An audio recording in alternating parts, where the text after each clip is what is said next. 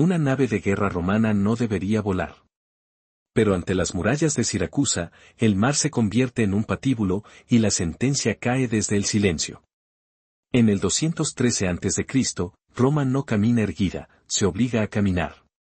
La república viene de golpes que no se borran con discursos, derrotas que han dejado viudas, deudas y un rumor persistente en el foro, el rumor de que el mundo ha descubierto que Roma puede sangrar. Aníbal sigue en Italia, y aunque no esté a la vista de Siracusa, su sombra está en cada decisión del Senado. Cuando un Estado tiene miedo, no busca solo ganar, busca demostrar que todavía manda. Sicilia es la bisagra. Grano, puertos, rutas. Controlar la isla significa controlar el paso de hombres y provisiones por el centro del Mediterráneo. Perderla sería abrir un flanco que Roma no se puede permitir. Por eso el cambio de bando de Siracusa se siente en Roma como algo más que política, se siente como una amenaza al aire que respiran. No hace falta que todos lo digan en voz alta, basta con que lo crean. Y el miedo, cuando se convierte en creencia colectiva, se vuelve ley. Marco Claudio Marcelo llega con esa ley en el pecho. No es un diplomático. No es un filósofo. Es un general acostumbrado a resolver problemas con un lenguaje simple, disciplina, velocidad, presión. Su ambición no necesita adornos, la gloria, para hombres como él, no es un lujo, es una prueba de que han sido útiles. Y la utilidad, en Roma, siempre se cobra.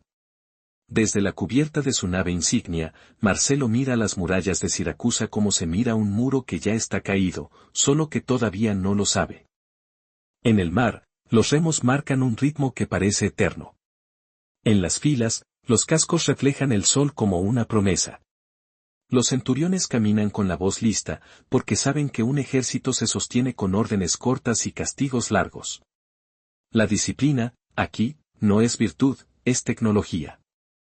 Mantiene juntos a hombres que, por separado, solo serían miedo con armas. El plan romano es directo. Si la ciudad es un símbolo, se rompe rápido. Se ataca a la vez por mar y por tierra, se fuerza el paso antes de que el defensor pueda organizarse, antes de que el rumor de la derrota alcance a Roma. A Marcelo le gusta la idea de una victoria limpia, inmediata, indiscutible. A Roma le gusta todavía más. Pero Siracusa no responde con el guión esperado. No hay gritos desde la muralla, no hay insultos, no hay lluvia de flechas que confirme que el enemigo está ahí arriba, humano, visible, golpeable. Hay silencio. Un silencio que no suena a rendición, sino a cálculo.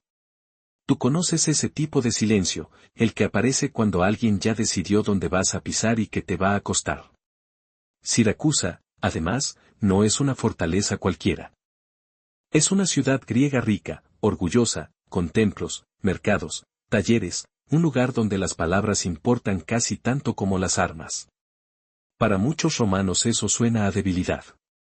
Comerciantes y filósofos, dicen en voz baja, como si el pensamiento fuera una enfermedad. Esa subestimación es cómoda, convierte a la conquista en trámite. Y cuando una conquista se convierte en trámite, los conquistadores dejan de preguntarse qué están destruyendo. En la flota, la vida cotidiana revela el costo de ese trámite. Cuerdas que queman las manos, cuero húmedo pegado a la piel, sal en las heridas pequeñas. Los remeros mastican pan duro y miran al frente sin hablar, los legionarios revisan correas y clavos como si la precisión del equipo pudiera sustituir la certeza.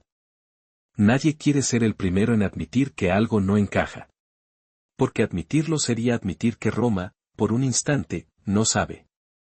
Arquímedes, en cambio, se permite esa frialdad que solo tiene quien no depende de aplausos. No necesita que la muralla impresione, necesita que funcione. Sus ayudantes no son héroes, son manos. Sus máquinas, según cuentan las fuentes antiguas, no están hechas para lucirse, sino para imponer una lección. Si Roma insiste en entrar por la fuerza, entrará por la puerta del miedo. Y el miedo, una vez dentro, trabaja gratis. Marcelo interpreta el silencio como un recurso moral del enemigo, se esconden porque temen. Es una lectura útil para un general, porque le mantiene el impulso. Pero también es una lectura peligrosa, porque lo obliga a convertir cualquier rareza en provocación. Y cuando un hombre orgulloso confunde provocación con debilidad, se acerca demasiado. Tú lo verás, no es que Marcelo no entienda la guerra. Es que entiende una guerra que todavía no ha ocurrido aquí. Dentro de la ciudad, el centro de gravedad no es un cuartel, sino un taller. Poleas, cuerdas, vigas, contrapesos, manos que aprietan nudos, ojos que miden distancias. Y un anciano que no viste armadura. Arquímedes no manda sobre soldados. Manda sobre relaciones, ángulos, tensiones, palancas. Es una presencia que no se ve desde el mar, pero se siente en la forma en que la ciudad respira. Para Marcelo, la muralla es un obstáculo. Para Arquímedes, la muralla es un instrumento. La flota se acerca. Los romanos han preparado plataformas y máquinas de asalto porque la ingeniería también es orgullo. Cuando el hierro toca la piedra, piensan, la historia suele inclinarse. Los legionarios se cubren bajo sus escudos y miran hacia arriba, esperando el rostro del enemigo. No lo ven. Y por un segundo, esa ausencia les da una seguridad absurda: si no hay nadie, no hay pelea. La primera señal llega como un cambio en la luz, no como un grito. Una sombra breve cruza el agua. Alguien levanta la vista y no entiende lo que ve, algo cae, pesado, demasiado grande para ser una piedra cualquiera, y lo hace con una trayectoria que no parece azar. No cae con rabia, cae con exactitud. El impacto no necesita descripción morbosa para ser insoportable. Lo que aplasta no es solo madera. Aplasta la idea de que Roma controla el mar por el simple hecho de tener más brazos remando. Marcelo siente el golpe como un insulto personal. Reacciona como reaccionan los hombres que confían en la fuerza: corrige, insiste, aprieta. Si el enemigo dispara desde lejos, se reduce la distancia. Si el arma tiene alcance, se busca su límite. Su mente militar funciona, pero está operando con una suposición vieja, que el defensor improvisa. Aquí, el defensor ya pensó meses antes en lo que Marcelo haría hoy. La orden corre por los barcos. Avanzar. Más cerca. Hasta la base de la muralla. Los hombres obedecen porque obedecer es lo único que queda cuando la lógica empieza a resbalar. Y en ese punto aparece un detalle que la historia rara vez perdona: la disciplina puede salvarte del pánico, pero también puede empujarte hacia el borde con una perfección casi hermosa. Los cascos se juntan. Las proas rozan la piedra. Los romanos se preparan para subir, para por fin convertir el miedo en combate, el cálculo en sangre caliente. Y entonces entienden que el silencio no era miedo. Era una espera. En el mar, entre el vaivén y el eco de los impactos, nace otra cosa además del terror: nace la duda. No la duda sobre la valentía, sino sobre el sentido.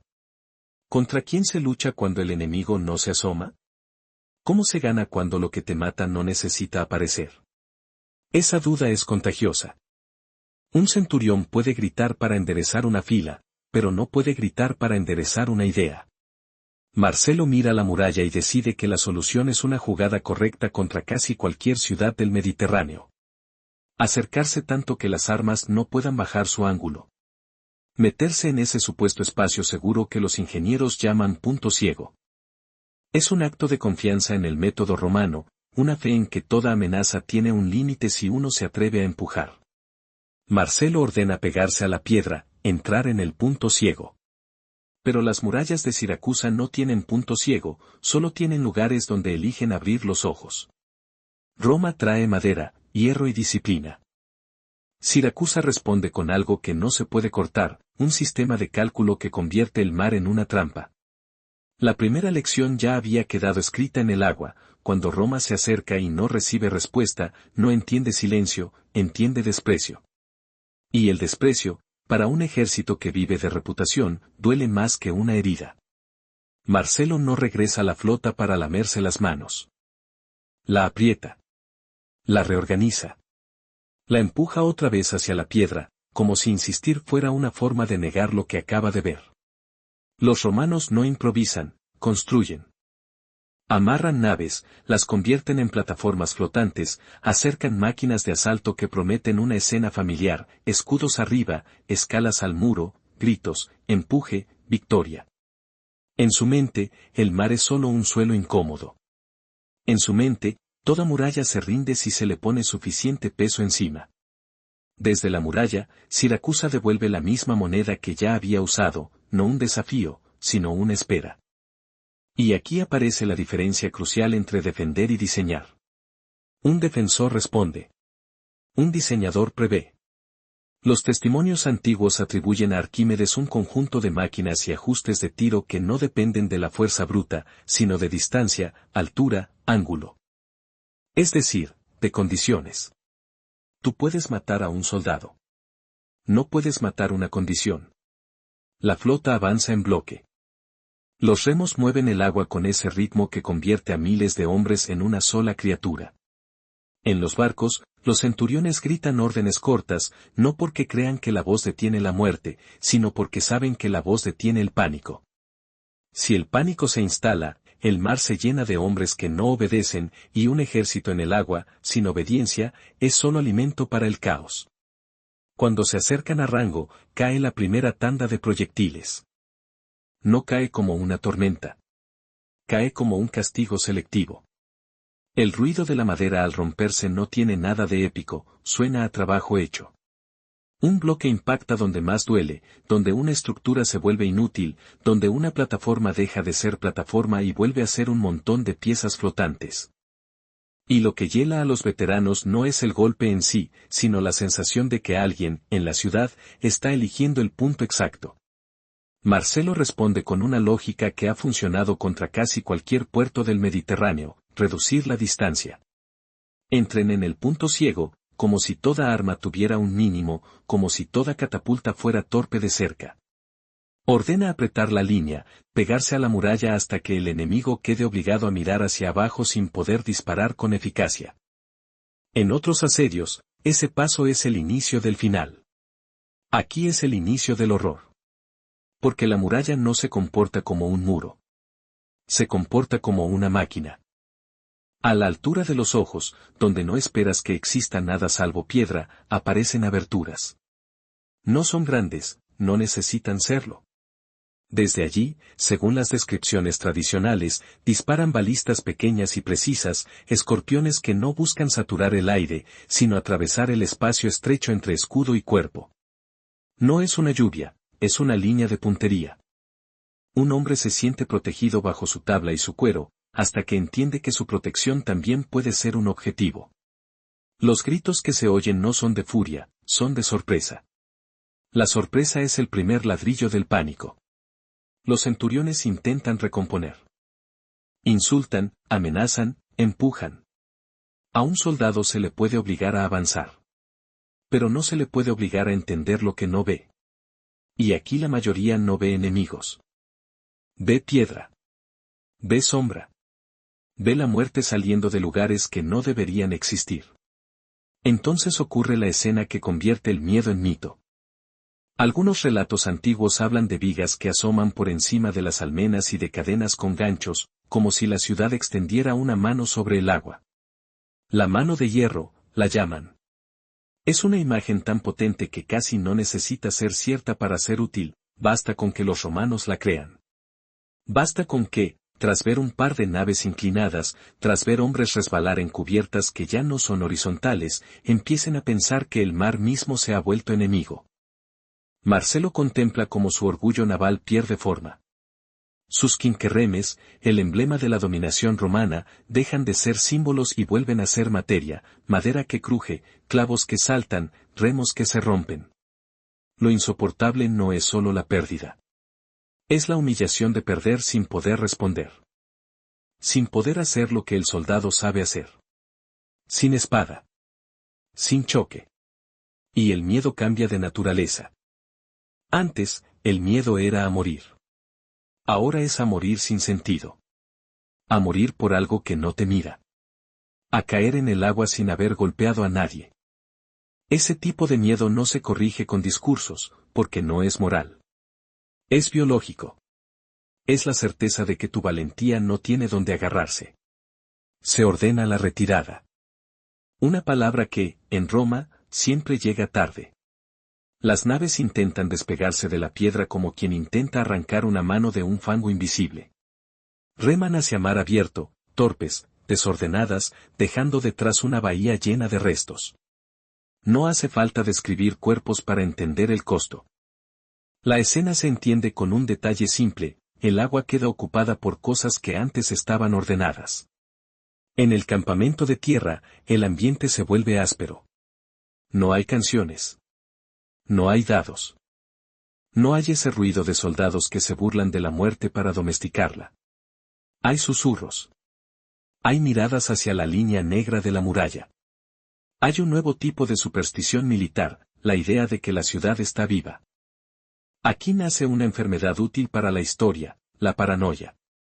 Basta con que un vigilante diga que vio una viga sobresalir, o una cuerda colgar, para que hombres entrenados para matar se sientan otra vez como niños. Y tú lo entiendes, no es cobardía individual. Es el efecto de pelear contra un sistema. Contra una mente que no se desgasta cuando tú te desgastas. Marcelo intenta contener esa corrosión. Reúne a sus oficiales. Su tienda huele a humo, a sudor, a vergüenza.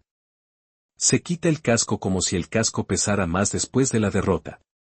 Dice, con una risa seca, algo que parece un insulto y en realidad es una confesión: están luchando contra un geómetra. No está admitiendo inferioridad moral, está admitiendo que la fuerza bruta no encuentra dónde morder. Y, sin embargo, Marcelo no puede retirarse del todo. Si se va, el Senado lo devora. Roma no premia la prudencia cuando está asustada. Roma exige resultados. Entonces Marcelo hace lo que hacen los poderes que no pueden aceptar un no: cambia el campo de juego. Si el mar es un tablero manipulado, el mar se abandona. Si el mar se ha convertido en una trampa, se busca tierra firme. Allí, piensa Marcelo, no habrá ángulos imposibles ni máquinas que levanten barcos.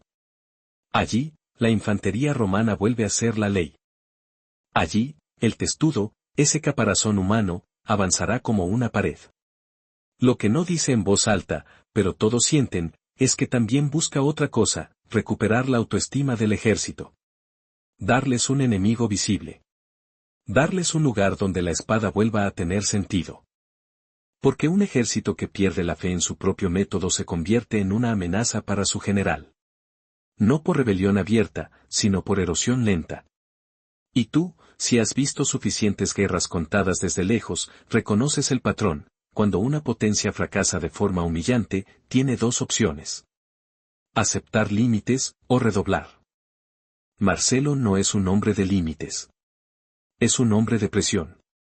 Si no puede aplastar por agua, aplastará por tierra. Si no puede imponer con victoria rápida, impondrá con insistencia. Roma no aprende a ser menos violenta cuando se frustra. Aprende a ser más paciente. Marcelo dice una frase fría: si el mar está cerrado, entraremos por tierra. Y tú entiendes, la misma mente que cerró el mar también ha preparado la tierra. En tierra firme, la testudo romana parecía un animal perfecto, un caparazón de escudos avanzando sin prisa, sin miedo, sin grietas. Y, aún así, en Siracusa, hasta lo perfecto aprende a romperse. La flota se había retirado dejando atrás una bahía llena de restos y una sensación nueva en el pecho de los veteranos: la vergüenza de no haber podido pelear. Marcelo no podía permitir que esa vergüenza fermentara. Un ejército humillado no solo pierde batallas, empieza a discutir órdenes en silencio. Así que el cónsul hace lo que hacen los hombres que no aceptan límites: cambia el escenario para recuperar el control. Si el mar se ha vuelto un tablero manipulado, entonces se pisa tierra firme. Allí, piensa Marcelo, la guerra vuelve a hablar el idioma romano. Allí, la infantería es ley. Allí, los trucos tienen menos espacio para esconderse. 20.000 hombres se mueven hacia un sector de la ciudad donde no hay acantilados ni agua traicionera. El suelo tiembla bajo sandalias y clavos. La marcha suena a rutina, y la rutina es el sedante más peligroso: te convence de que todo está bajo control. En la retaguardia, Marcelo observa esa columna como se observa una herramienta que nunca falla. La república se construyó marchando, no navegando. Eso se repiten unos a otros como un rezo. Los legionarios se preparan para lo habitual. Levantar escudos, cerrar filas, escuchar el repiqueteo de proyectiles que rebotan.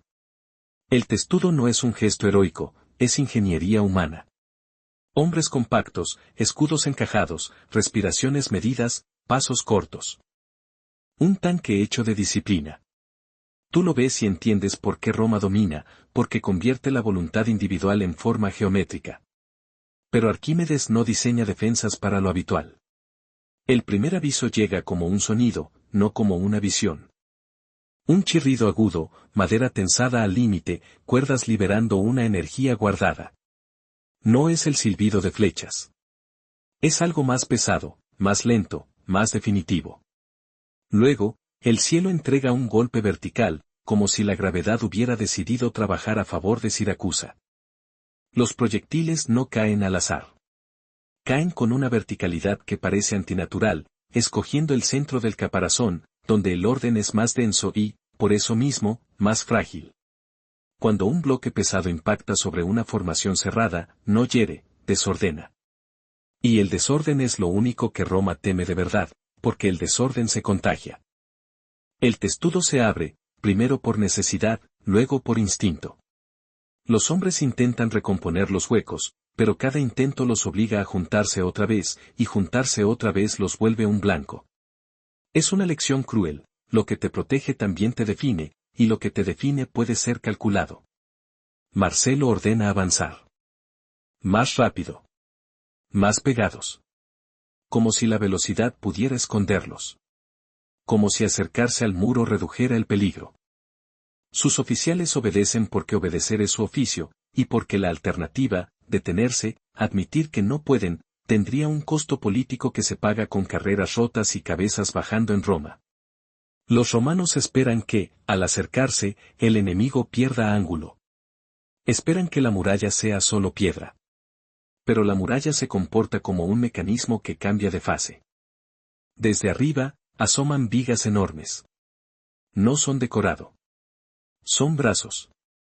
En algunos relatos se describen como soportes que desplazan pesos colosales, bloques atados, listos para caer justo donde la formación se comprime. La escena no necesita exageración para dar miedo, basta con imaginar a miles de hombres mirando hacia arriba, sin poder hacer nada más que escuchar el tiempo entre el descenso y el impacto. Golpe. Silencio breve. Otro golpe. La repetición es lo que rompe la mente. Un ataque caótico puede parecer suerte. Un ataque repetido parece intención. Y la intención, en guerra, es un mensaje: te conozco. Los centuriones gritan para mantener la forma. Insultan, amenazan, empujan hombros. Un centurión puede obligar a un hombre a avanzar, no puede obligarlo a creer que su escudo lo salvará cuando lo que cae no está pensado para herir, sino para aplastar la confianza. La primera fila empieza a mirar hacia atrás. La segunda empieza a preguntar sin palabras.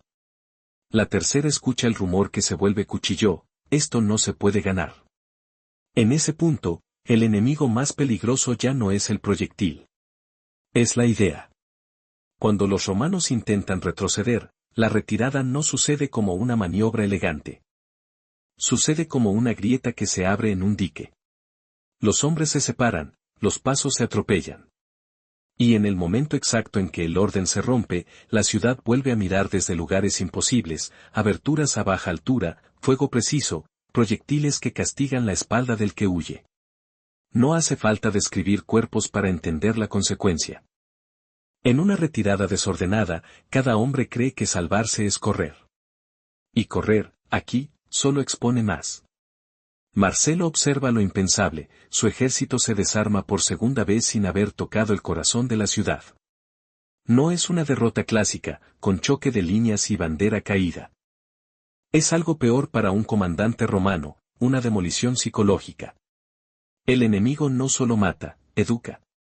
Enseña miedo. Esa noche, el campamento romano no suena como un campamento. Falta el ruido habitual de los dados, las bromas, las canciones obscenas que hacen de la muerte una broma soportable. Hay susurros. Hay ojos clavados en la silueta de Siracusa, como si la muralla fuera un animal que respira. La superstición empieza a ocupar el lugar donde, en un ejército sano, vive la confianza.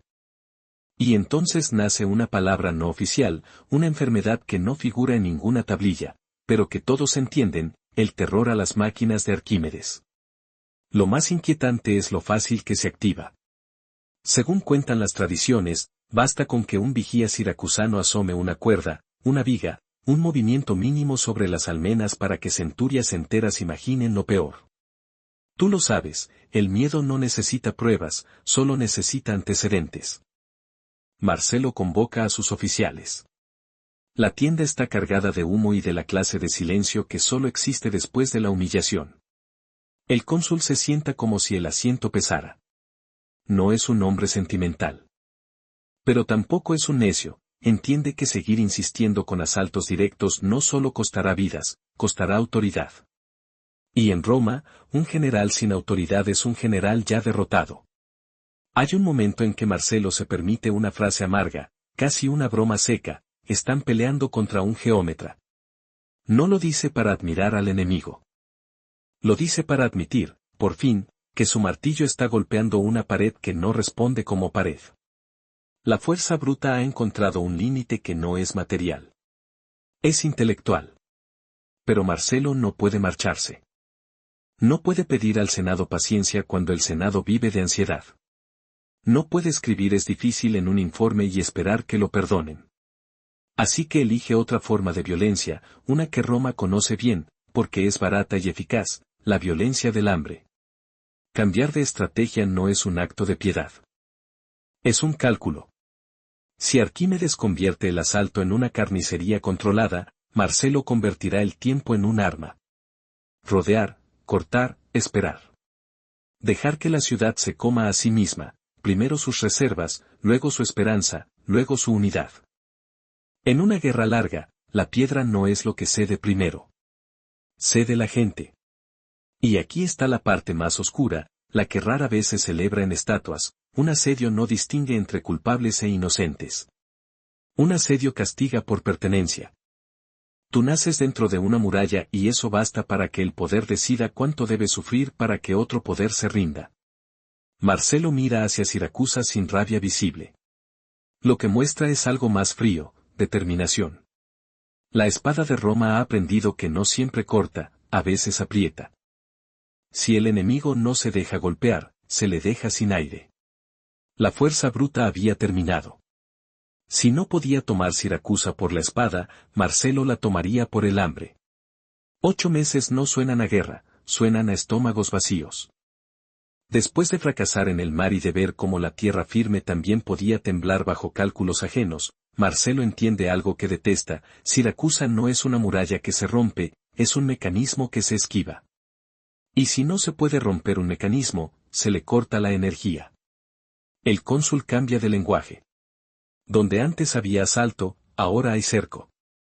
Donde antes había prisa, ahora hay paciencia. La palabra asedio tiene una reputación limpia en los informes, suena a estrategia, a contención, a firmeza. En la práctica, el asedio es otra cosa, una negociación con el estómago de los que están dentro, y con el ánimo de los que están fuera. Porque también los sitiadores se desgastan. También comen raciones medidas. También enferman. También se pudren por dentro cuando pasan semanas sin una victoria visible. Marcelo rodea la ciudad por tierra y por mar. No necesita grandes discursos para explicarlo a sus hombres. Les basta una orden repetida, un trabajo repetido: vigilar caminos, cerrar puertos, interceptar barcas, vigilar cualquier sombra que intente salir o entrar. En un asalto, la violencia es un golpe. En un asedio, la violencia es un calendario. En Siracusa, al principio, la muralla no cambia de rostro. La ciudad tiene reservas, agua, disciplina cívica, y algo más difícil de medir, la esperanza de que Cartago no los deje solos. No es una esperanza abstracta. Es una apuesta geopolítica. Tú lo entiendes con facilidad: si la ayuda llega, la ciudad respira; si no llega, la ciudad se mira al espejo y descubre que el espejo también se vacía. En el campamento romano, la vida se vuelve una cinta. Guardias, turnos, reparaciones, barro, humo. Los hombres aprenden a odiar el silencio de otra manera. Antes, el silencio era el preludio de una emboscada de piedra y metal. Ahora, el silencio es la certeza de que nada cambia hoy, y que, aún así, el tiempo está pasando y cobrando. Los soldados empiezan a contar los días como se cuentan las deudas. Algunos hacen marcas en madera. Otros solo miran el cielo para saber si el sol se mueve más lento por castigo. Marcelo, mientras tanto, no lucha solo contra Siracusa. Lucha contra Roma. Contra el Senado, contra los rumores del foro, contra esa pregunta venenosa que siempre flota cuando una campaña se alarga: ¿por qué el gran Marcelo no puede tomar una sola ciudad griega? Cada día sin victoria es una grieta en su prestigio. Y el prestigio, en la República, no es decoración, es armadura política. Sin ella, un general se vuelve prescindible. La ciudad resiste y, de vez en cuando, el asedio se sacude con un sobresalto. Una flota cartaginesa intenta romper el bloqueo. No siempre lo logra, no siempre fracasa del todo. A veces basta con que lo intente para mantener viva la idea de que el cerco no es eterno. Esa idea es alimento. No llena graneros, pero llena decisiones, hace que la gente aguante un poco más, que discuta menos hoy, que calle un rumor mañana. En un sitio prolongado, la moral es una moneda. Y la moneda se devalúa cuando el hambre aparece.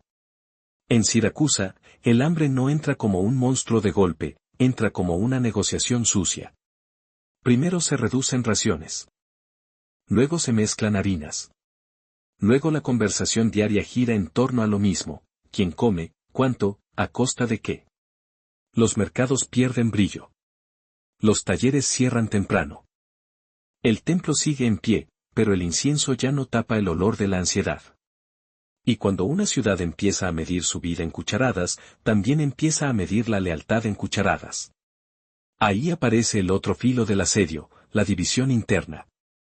Los líderes que todavía sueñan con una rendición honorable discuten con los que temen la venganza romana. Los mercenarios, hombres que luchan por paga, miran el horizonte y hacen cuentas frías. Y el pueblo, que no firma tratados, aprende lo que siempre aprende en estas historias, que las decisiones de arriba se pagan abajo. En el campamento romano, la paciencia tampoco es gratis.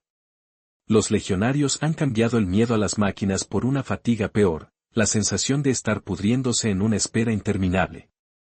La disciplina aguanta, pero no porque sea invencible, aguanta porque castigar es más fácil que convencer. Los centuriones siguen gritando. Los hombres siguen obedeciendo. Pero debajo de esa obediencia se instala una pregunta que nadie pronuncia: ¿y si esto no termina? Marcelo ve esa pregunta en las caras. Ve que la victoria por hambre no luce, no inspira, no produce una escena heroica para contar en Roma. Un asalto fallido se explica con valentía. Un asedio largo se explica con excusas. Y Marcelo no quiere excusas. Quiere un golpe de suerte que parezca virtud. Ese golpe llega con forma humana, discreta, desagradable, un informante. No aparece como un héroe, aparece como aparecen casi todas las llaves de una ciudad, con miedo y con oportunismo. Según los relatos, había estado cerca de las murallas por motivos prácticos: intercambios de prisioneros, contactos con comerciantes, observación paciente del ritmo del enemigo. No trae poesía. Trae mediciones. Habla de una sección concreta. Una torre. Una parte de la muralla norte que, vista desde lejos, parece tan sólida como las demás, pero que en realidad ofrece una diferencia mínima. Y en guerra, las diferencias mínimas son puertas. Marcelo escucha sin moverse, como si el cuerpo supiera que cualquier gesto podría espantar la oportunidad. El hombre insiste: no es solo la altura. Es el momento. En 3 noches, dice, habrá fiesta. Artemisa. Vino. Relajación. La clase de relajación que una ciudad cercada se permite precisamente porque necesita creer que aún vive. En una celebración, la guardia baja no por estupidez, sino por necesidad psicológica: si no celebran, si no ríen, entonces aceptan que ya están muertos. Marcelo entiende esa lógica y la usa contra ellos. Así funciona el poder cuando está acorralado por el tiempo, convierte la necesidad de humanidad del otro en debilidad táctica. Aprovecharlo es una apuesta sucia. No es una batalla. Es una intrusión. Escalar un muro de noche, en silencio, con el viento como cómplice y la oscuridad como único escudo. Si fallan, no habrá retirada ordenada. No habrá formación. Habrá hombres aislados contra una ciudad que ya demostró que sabe matar sin mostrarse. Marcelo no pide voluntarios con ternura. Los selecciona como se selecciona una herramienta peligrosa, hombres que sepan trepar, callar, degollar sin ruido si hace falta. No se les promete gloria, se les promete que su acción cambiará el curso del asedio. Y, en Roma, cambiar el curso siempre suena a futuro, botín, ascenso, perdón de deudas, un nombre recordado por un centurión en la lista correcta. La preparación es obsesiva. Escaleras hechas a la medida exacta. Revisión de correas. Órdenes repetidas hasta volverse reflejo. Se habla en voz baja. Se come sin ganas. Nadie canta. Aquí no hay épica, solo concentración. Tú, si estuvieras allí, notarías el detalle más inquietante, en la víspera de una operación así, el silencio deja de ser miedo y se vuelve método. Siracusa enseñó ese lenguaje a Roma sin querer. Llega la noche escogida. El viento sopla fuerte, no por benevolencia, sino por indiferencia del mundo. Ese viento es útil, tapa pasos, tapa respiraciones, tapa el roce de madera contra piedra. 1000 hombres se mueven como una sombra larga, no porque sean fantasmas, sino porque han entendido que la visibilidad es una sentencia. A lo lejos, dentro de la ciudad, se oyen risas apagadas. Música. Voces densas por el vino. Es una escena casi cruel, una ciudad celebra para no rendirse, sin saber que esa celebración está siendo usada como arma. Marcelo no siente compasión. La compasión no existe en su oficio cuando está acorralado por el Senado. Lo que siente es alivio, por fin un plan que no depende de enfrentar máquinas a plena luz. Los escaladores llegan a la base. El muro se eleva como una cosa sin rostro. La piedra está fría. Las manos están sudadas. El primer hombre mira hacia arriba y, por un segundo, imagina lo que ya vio en el mar, un castigo inesperado cayendo desde lo alto. Pero esta vez no cae nada. Solo piedra. Solo viento. Solo el rumor lejano de una ciudad que se cree segura. Se apoyan las escaleras con una lentitud casi religiosa. No hay espacio para errores. No hay segundas oportunidades. El primer peldaño cruje apenas y el crujido suena como un trueno en la mente del que lo escucha. Arriba, cualquier guardia sobrio podría matar el plan con un grito. Abajo, Marcelo espera sin mostrarse.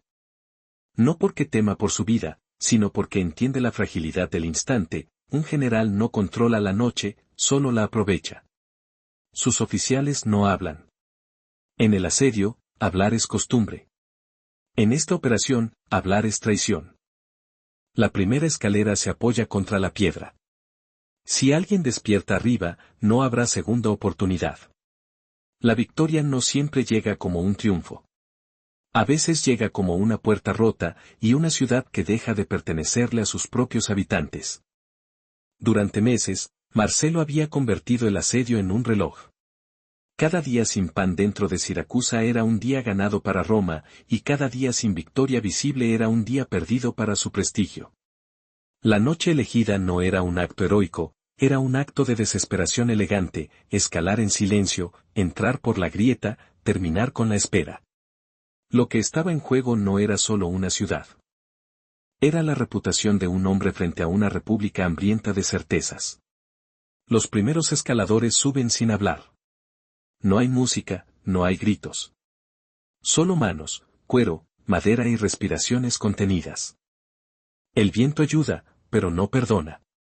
Cada peldaño es una pregunta, ¿hay alguien despierto arriba? ¿Hay una linterna? ¿Hay una sombra que se mueve donde no debería? Y tú lo entiendes con una claridad incómoda, en un asalto nocturno, el valor no se mide por la fuerza, sino por la paciencia para no hacer ruido. Arriba, La escena es casi ridícula en su simpleza. Guardias con el cuerpo vencido por el vino, cabezas apoyadas contra la piedra, jarras vacías rodando como pequeños testigos del error humano más común en tiempos largos, creer que el enemigo se cansa antes que tú. Los romanos no discuten. No hay discursos. Hacen lo que vinieron a hacer, apagar voces antes de que nazcan. No hace falta describirlo con crudeza para sentir el peso moral. No es combate. Es eliminación silenciosa del obstáculo. La señal baja. Sube más gente. Sube la certeza. Aún no ha amanecido cuando abren una puerta lateral desde dentro. Ese gesto, mínimo en apariencia, es el verdadero golpe. No es la escalera. No es la espada. Es la idea de que una ciudad puede caer sin que su muralla pierda en un duelo. Las trompetas romanas, al amanecer, no suenan como anuncio de batalla. Suenan como anuncio de propiedad. Siracusa despierta con dos dolores distintos, la resaca de la fiesta y el rugido de Roma en sus calles. La primera reacción no es heroica, es humana. Puertas que se cierran por dentro, madres que llaman a hijos, hombres que miran al vecino buscando instrucciones que nadie tiene. Y en ese caos, Marcelo entra en la ciudad exterior no como quien conquista un lugar desconocido, sino como quien entra en una casa que lleva meses midiendo. Pero Siracusa no es una sola puerta. Es un cuerpo con compartimentos. Barrios fortificados, pasos estrechos, zonas ricas y zonas pobres, y, sobre todo, un núcleo que sigue resistiendo. Ortigia, la ciudadela interior, se mantiene como una isla moral y estratégica, todavía no hemos terminado, parece decir. Marcelo lo sabe. La ciudad exterior tomada es un comienzo, no un final. Aquí ocurre la transformación más peligrosa, el ejército que durante meses se sostuvo por disciplina empieza a disolverse por promesa. Durante el asedio, la violencia fue paciencia. Ahora, la violencia se vuelve codicia. Y la codicia no obedece bien. Marcelo da una orden extraña, casi contra natura para su propia fama, quiere a Arquímedes vivo. No por piedad. Por utilidad. Después de ver cómo una mente puede hacer temblar a Roma, la ambición cambia de forma, ya no quiere solo estatuas y oro, quiere el cerebro que diseñó el miedo. Capturarlo vivo sería arrancarle a Siracusa su último orgullo y, al mismo tiempo, convertirlo en herramienta romana. La orden corre por las filas y se pierde en el humo. Porque la toma de una ciudad no es una operación quirúrgica. Es una inundación. Los soldados entran por calles estrechas, empujados por la adrenalina y por una idea simple que Roma ha normalizado, el botín es pago. Durante meses comieron raciones medidas, durmieron en barro, vieron a compañeros morir sin gloria. Ahora la ciudad rica está ahí, con puertas cerradas que prometen objetos brillantes detrás. Y cuando el Estado enseña a sus hombres que la guerra también se cobra en cosas, no puede sorprenderse cuando sus hombres confunden conquista con saqueo. Las primeras casas caen sin estrategia. No se limpian por seguridad. Se rompen por prisa. El fuego aparece como una solución fácil, ilumina, asusta, obliga a salir. Los templos, que en tiempos de paz ordenan la vida, en tiempos de caída se vuelven depósitos, de metal, de telas, de relatos que ya nadie escucha. La ciudad se llena de un ruido sucio, mezclado, gritos de victoria, llantos, golpes de puertas, órdenes que ya no son órdenes sino deseos. En algún punto de ese laberinto, Arquímedes no huye.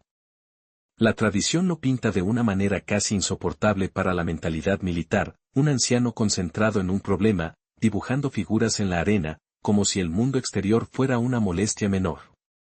Puede que esa escena haya sido adornada con el tiempo, pero su verdad simbólica es demasiado perfecta, la mente que defendió una ciudad cae no por falta de inteligencia, sino por exceso de indiferencia ante la brutalidad. Un legionario entra en una casa buscando cosas. No busca nombres. No busca historia. Busca un objeto que convierta su sufrimiento en recompensa. Ve a un viejo en el suelo, inclinado sobre círculos trazados con calma. El soldado no sabe quién es. Y, si lo supiera, quizá no cambiaría nada, en el momento del saqueo, el valor se reduce a lo que cabe en una mano, El viejo no se levanta. No suplica. No negocia. Según cuentan algunos relatos, dice una frase corta, irritada, casi doméstica, como quien aparta a alguien que pisa lo que está dibujando. Y esa frase, sea exacta o no, resume el choque de dos mundos, uno que cree en la eternidad de las ideas y otro que vive en la urgencia de imponer. La espada cae. No hay duelo. No hay escena gloriosa. Solo un final absurdo y definitivo. La mente más útil de Siracusa muere por la mano de alguien que, para Roma, es reemplazable. En ese gesto se revela el mecanismo más frío de los imperios. Pueden admirar el genio, pero no pueden garantizar que su propia violencia lo respete. Cuando la noticia llega al mando, Marcelo no celebra. Lo que siente se parece más a una pérdida logística que a una tristeza romántica, pero aún así es pérdida. Había ordenado capturarlo vivo, y ahora le entregan un cadáver. Un centurión intenta explicarlo con el tono de quien reporta un accidente inevitable. Marcelo entiende el porqué sin necesitar detalles. En una ciudad tomada, el control se vuelve un mito. La autoridad se fragmenta en miles de decisiones pequeñas, y una sola decisión pequeña puede destruir el objetivo político mayor. Marcelo reacciona con algo raro para su imagen pública, intenta corregir el daño con un gesto solemne. Ordena honores, busca proteger a la familia del sabio, rescata algunos objetos como si pudieran sustituir a la mente que ya no está. No es piedad pura. Es culpa mezclada con cálculo. Roma necesita decirse que no destruyó lo valioso por simple barbarie. Necesita una historia que la absuelva. Pero la ciudad no se deja absolver tan fácil. Porque la caída de Siracusa no se mide en una sola muerte, ni en una sola calle tomada. Se mide en lo que sigue, la conversión de una cultura en mercancía. Tras el primer desborde, el saqueo cambia de forma. Deja de ser solo impulso de tropa y se vuelve administración. Se hacen listas. Se asignan cargas. Se decide qué se lleva y qué se quema. Se arranca arte de sus lugares no como un acto de odio estético, sino como una afirmación de dominio. Esto es nuestro porque podemos cargarlo. Las estatuas, los bronces, los objetos que antes tenían significado cívico ahora tienen significado imperial. Los ciudadanos que sobreviven entienden una verdad que la historia repetirá hasta cansarse: la derrota no termina cuando cesa el combate. La derrota termina cuando el vencedor define que eres a partir de ahora. Esclavo. Desplazado. Habitante tolerado. Silencio útil. Y esa definición no la escribe el vencido. En Siracusa, la promesa de Cartago se apaga. La ayuda, si llega, llega tarde. Y cuando la ayuda llega tarde, se convierte en otro tipo de crueldad, la crueldad del pudo haber sido. El hambre, la división interna, la resaca de una fiesta que ahora parece una broma macabra, todo converge en una sensación común: no es solo que Roma entró. Es que Roma cambió el futuro. Pero Marcelo no tiene tiempo para contemplar el futuro. Todavía queda el núcleo duro. Ortigia. La fortaleza final. Los defensores se atrincheran y, con ellos, se atrinchera el problema. Algunos esperan negociar, otros saben que Roma no perdona a los traidores, los mercenarios calculan dónde está la salida. Y Marcelo, que ya probó el asalto directo y la paciencia del hambre, entiende que la última fase no se gana solo con hierro. Se gana con algo más barato y más antiguo que cualquier catapulta: la lealtad comprada. La ciudad exterior ha caído, sí. Pero la guerra, en su forma más sucia, apenas está cambiando de habitación. Marcelo mira hacia la isla fortificada y, por primera vez en mucho tiempo, no piensa en máquinas ni en muros, piensa en personas. En quien se rompe primero. En quien abre una puerta por dentro. Para tomar Ortigia, Marcelo ya no necesitará una escalera, necesitará una traición. Las puertas no siempre caen por fuerza, a veces se abren por precio. Siracusa ya había perdido la piel exterior. La ciudad ardía en rumores, en saqueos dispersos, en ese desorden que llega cuando una disciplina se quiebra por la promesa de botín. Arquímedes estaba muerto y, con él, había desaparecido la sensación de que existía un mago capaz de detener a Roma. Pero la victoria de Marcelo seguía incompleta. Ortigia, la isla fortificada, aún resistía como una piedra en la garganta, un último refugio de nobles, líderes locales, desertores romanos y mercenarios que entendían algo que el pueblo aprendía tarde. Roma no castiga solo la derrota. Castiga la elección. Marcelo mira esa isla y no ve una batalla épica. Ve un problema logístico y político. Podría encerrar Ortigia durante meses, quizá años, hasta que el hambre haga el trabajo. Pero el hambre ya ha hecho demasiado ruido en su campaña, 8 meses de espera ya lo han desgastado ante sus propios hombres y ante Roma. Además, Ortigia tiene una verdad peligrosa dentro, los que se han atrincherado allí no comparten el mismo miedo ni la misma esperanza. Están unidos por la urgencia, no por lealtad. Y cuando una fortaleza se sostiene con urgencia, la urgencia se compra. Dentro de Ortigia el aire es más denso que la piedra. Hay discusiones a media voz, ojos que evitan otros ojos. Los líderes siracusanos hablan de rendición honorable, de salvar vidas, de conservar algo, aunque sea el nombre. Los desertores romanos y los que han traicionado a Roma escuchan esa palabra, honorable, como si fuera un chiste, para ellos no hay honor que negocie nada. Si Roma entra, Roma no perdona. Y en medio de todos, los mercenarios hispanos miran el almacén de grano y hacen cuentas frías. Luchan por paga. Siracusa ya no puede pagar. El hambre no solo reduce raciones, reduce principios. Marcelo entiende ese mecanismo. Sabe que no necesita romper el muro, necesita romper el precio de la lealtad. Su llave tiene nombre, Moerisco, un capitán de mercenarios hispanos que controla un punto vital cerca de la fuente de Aretusa. No es un patriota. Es un profesional de la guerra. Y en la guerra, lo profesional a veces es otra forma de decir, no muero por símbolos ajenos. Las negociaciones no son un banquete ni una embajada solemne. Son señales en la oscuridad, mensajes cortos desde barcos, promesas pronunciadas como se pronuncian las amenazas, sin emoción. Marcelo ofrece lo que Roma siempre ha sabido ofrecer mejor que nadie, supervivencia con recompensa.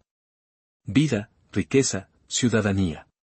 Y, detrás de esa oferta, la otra mitad que no hace falta decir, resistencia significa hambre y muerte junto a gente que ya no puede protegerte. Moerisco decide rápido. No porque sea malo.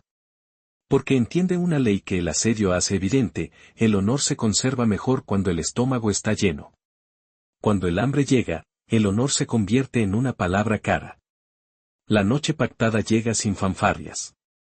Mientras los guardias leales a Siracusa vigilan el puente y esperan un ataque frontal, una barcaza romana se desliza hacia el muelle. No trae catapultas. No trae escaleras. Trae emisarios y certeza. Moerisco abre una puerta lateral, una herida pequeña en la fortaleza, suficiente. No hay gritos de batalla. No hay resistencia espectacular. Ortigia cae de la manera más humillante para cualquier ciudad, no por falta de valor, sino por falta de cohesión. Las legiones cruzan el puente y la escena no se parece a una epopeya. Se parece a un desmantelamiento. Los últimos defensores comprenden demasiado tarde que una muralla no sirve cuando el enemigo está dentro. Los que soñaban con rendición honrosa se encuentran con una rendición real, manos alzadas, miradas bajas, decisiones tomadas por otros. Los desertores romanos se vuelven sombras, se esconden, se rinden, se preparan para lo peor. Tú puedes imaginar lo que significa para ellos oír las sandalias romanas acercarse sin prisa, no es una derrota, es una sentencia. Con Ortigia abierta, Siracusa deja de ser un problema militar y se convierte en un objeto. Y aquí aparece el segundo rostro del poder romano, el rostro administrativo. Primero hubo caos de saqueo. Ahora llega el saqueo como política. Marcelo no necesita permitirlo con un gesto, el sistema lo exige.